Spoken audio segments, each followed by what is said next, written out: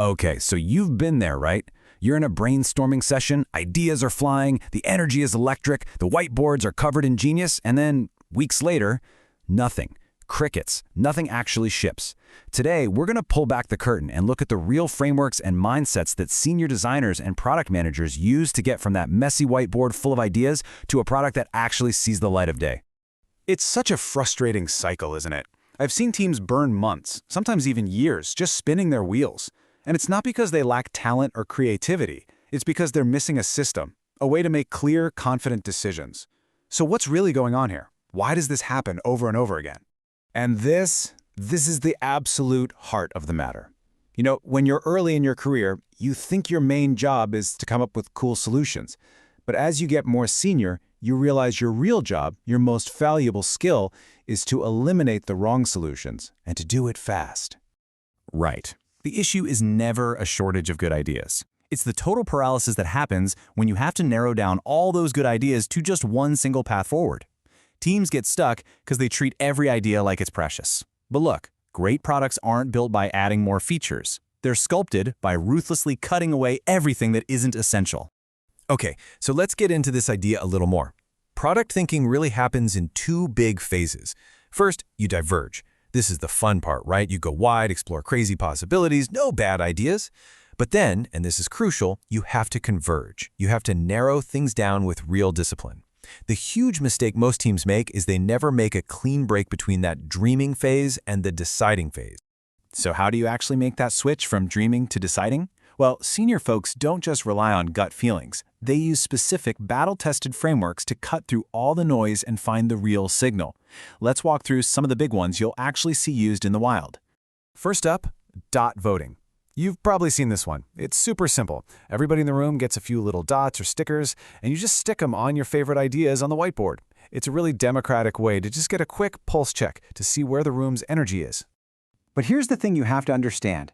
Dot voting is fantastic for quick alignment. It helps you get a sense of the room, but it is a terrible tool for making a final strategic decision. I've seen it happen 100 times. The shiniest, flashiest idea gets all the votes, while the boring but super high-impact solution gets completely ignored. So use it as an initial filter, but please never let it be the final word. So for those bigger, more strategic calls, you need something way more robust. And this is where the impact versus effort matrix comes in.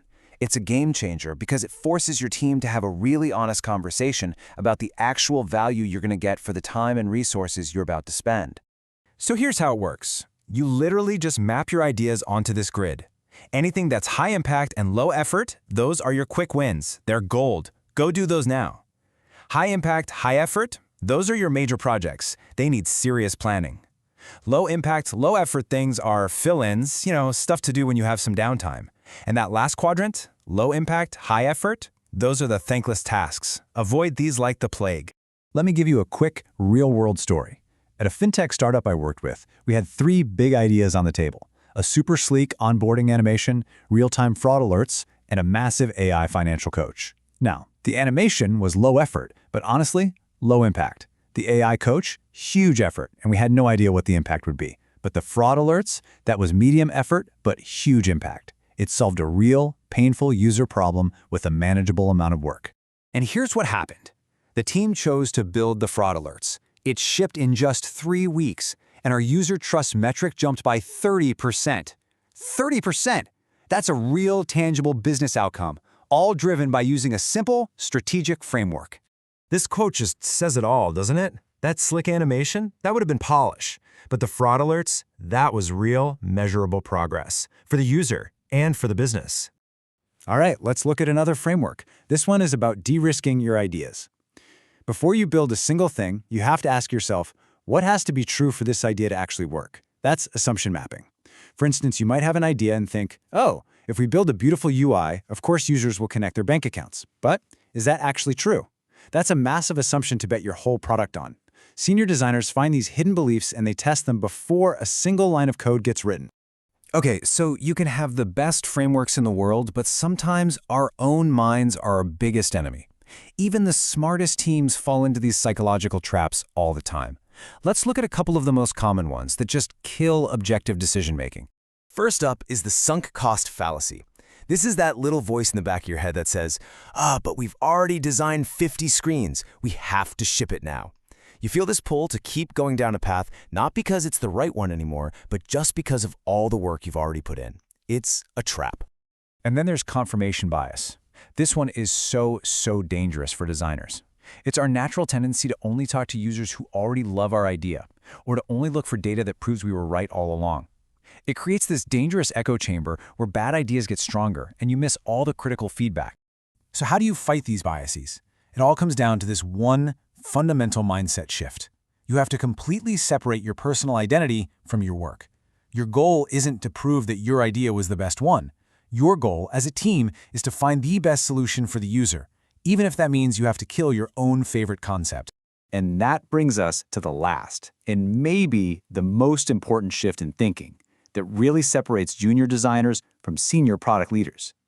It's moving away from building these fixed, precious solutions and instead moving towards testing flexible, evolving hypotheses. See how this changes everything? You're no longer just building a feature. You're running an experiment to see if your belief is actually true. So instead of saying, we're going to build a new dashboard, you say, we believe that a simplified dashboard will reduce user anxiety. It focuses the entire team on learning and outcomes, not just on shipping code. So what's this look like in the real world? Well, you start by clustering all those similar ideas from the brainstorm to find the common themes.